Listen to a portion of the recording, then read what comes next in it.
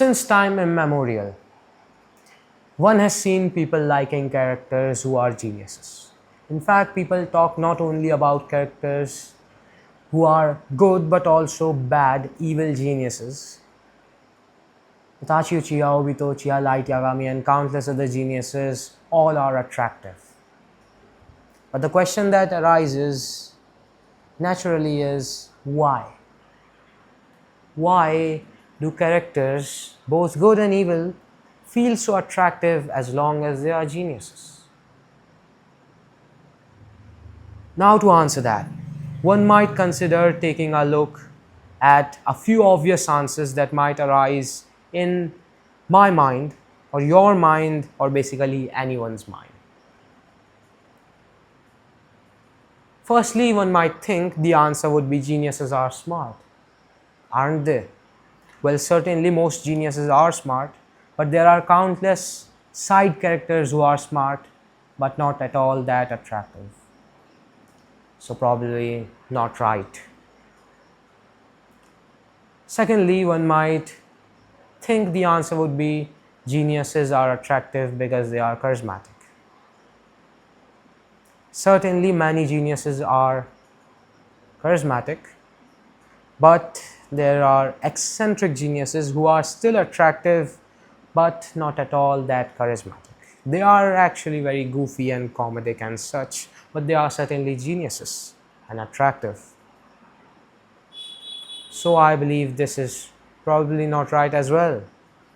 And thirdly, one might consider asking oneself that is it that is it that these geniuses, the heights they reach, that attracts us? Certainly there is some truth to it, but I do believe there is something lacking in it. As one below the hill, one naturally is attracted to the view from up above of the world down below. But it's probably not merely using these geniuses as a lens of the world that is actually making us feel attracted towards them. After all, there are a few characters who are geniuses and attractive, eccentric geniuses, for example, whose view of the world doesn't actually provide such a huge substantial difference. So it's probably not exactly true, which forces one to ask an even deeper question, that is, what kind of attractiveness is it actually that we feel towards them? And that's one question keeping in mind. That is one question that one can keep in mind, but I feel that I can put my own answer to the test. That is, I believe that geniuses feel relatable. And I find it strange. I find it very strange considering that these characters, these extraordinary men of extraordinary honor, will, and temperament, how can they be relatable? How can ordinary men such as myself or yourself relate to gods in heaven? And I find that strange. So after thinking a bit, I actually saw a reasoning, a pattern basically that is a bit strange but still worth taking a look at. Now, to get an answer to that, we can take a look at a few characters. I don't know actually if you have read a Regressor's Tale of Cultivation, but it is a good novel, a good read. And it is basically about the main character, Seo Yeon-hyun. Well, the name is very hard to pronounce, so let's just call him MC, who is basically transmigrated to this world of immortal cultivation and martial arts. And with his bunch of colleagues, he goes into that world, and basically all his other friends, aside from his senior Kim Young-hoon, All of them are taken by the immortals, ascending the gates of heaven because of their cheat of the transmigration, that is their talent for immortal cultivation. Meanwhile, the two, Seo Yun Hun, DMC, and Young Hoon, Kim Young Hoon, basically go to the mortal realm, practicing martial arts, and the narrative shows as how uh, the MC, Seo Yun Hyun, basically uses his ability of regression across countless lifetimes, reaching the pinnacle. Just joking, he doesn't try to reach the pinnacle. That's pretty funny if you have actually read the novel. But basically, he's trying to reach back home. But actually, what we are trying to take a look at is the dynamic between Seo Yun Hyun, the main character, and his best friend for countless lifetimes, several lifetimes, that is Kim Young Hoon.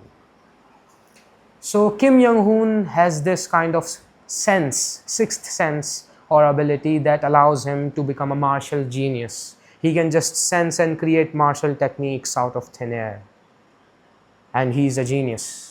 While Seo Yun Hyun is basically not a bottom grade, low level trash. He's a trash among trash in talent. Though after countless decades and lifetimes of practice, he has become a pretty hardworking man. And the story moves on as we see Seo Yun Hyun spending decades and decades of his life across lifetimes and even centuries just trying to break through one single realm, trying to attain a higher level. Meanwhile, Kim Young Hoon is simply breaking through and reaching the pinnacle of the martial path in every single lifetime. But this despair of Seo Yun Hyun is not actually limited to him, as we see in the narrative. Kim Young Hoon is also suffocated. He too feels despair. One might ask why. Because he's stuck at the pinnacle of the martial path. He's not limited by talent, but by the martial path itself. Which makes this beautiful parallel for us to see how Kim Young Hoon, a genius of the martial path, and a below average, I mean trash among trash talents of the martial path and even the immortal path, basically the main character Seo Yun Hyun, so hard to pronounce, basically have this dynamic as they resonate with each other in one single problem. And this is seriously beautiful to see. Now further we can take more examples such as Obito from Naruto.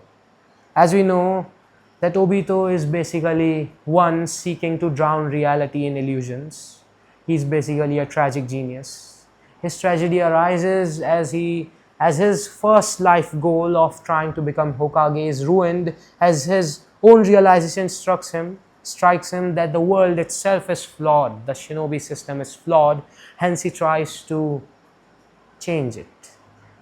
And this suffering is exasperated by Madara's brainwashing of him, who is in turn actually misled by Black Zetsu, which makes his tragedy even more striking as he realizes that most of the things he sacrificed was uselessly sacrificed for a dream, the second goal of drowning the world in illusion, that was never true. He chased a dream that was never true. And aside from merely this relatability of despair, one can also relate to a more deeper feeling, a more common one actually. Obito Uchiha changed so drastically because he lost a loved one. And one actually knows that one would probably change drastically as well if one were supposed to lose one's closest tomorrow. Would one not? I certainly believe I would, at least. So basically one says one can actually see the pattern probably you can see it, but you may not be able to point at it exactly. So let me take an example that is beyond fiction, an example from real life that you might find relatable. You probably heard of the story of a kid writing to Einstein his sorrow, his incomprehension of how he cannot even solve his little bit of mathematical problems and how Einstein can solve the universe. And Einstein writes back to him saying that his problems are actually still greater than the kids. And basically from this one can see that Kim Jong-un is relatable, Obito is relatable, and Einstein is relatable. And that's strange still. And that brings us to our question, how can they be relatable? How are they relatable? How are men of such extraordinary honor, such extraordinary will, comparable to, relatable to men like myself and yourself? Oh well, I probably believe that the answer to this in our data set is a bit more than merely obvious. Kim Jong-un, Seo Yun-hun are both stuck at the same problem. They are suffocated and stagnated by their realms, trying desperately to break through and achieve a higher realm. However, they cannot, which relates to an ordinary man too. When an ordinary man realizes that his path to ascension, his path to reach any further in his own field is cut off, the same despair is the one that they feel. Is it not? Obito's suffering is another relatable thing.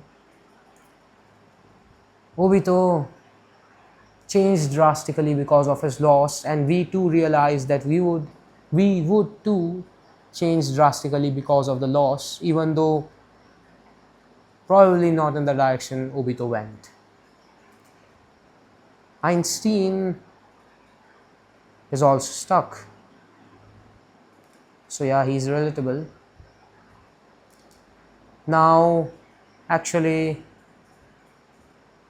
I believe that the answer is clear, that it is likely that the shared suffering, the relatableness arises from the shared suffering.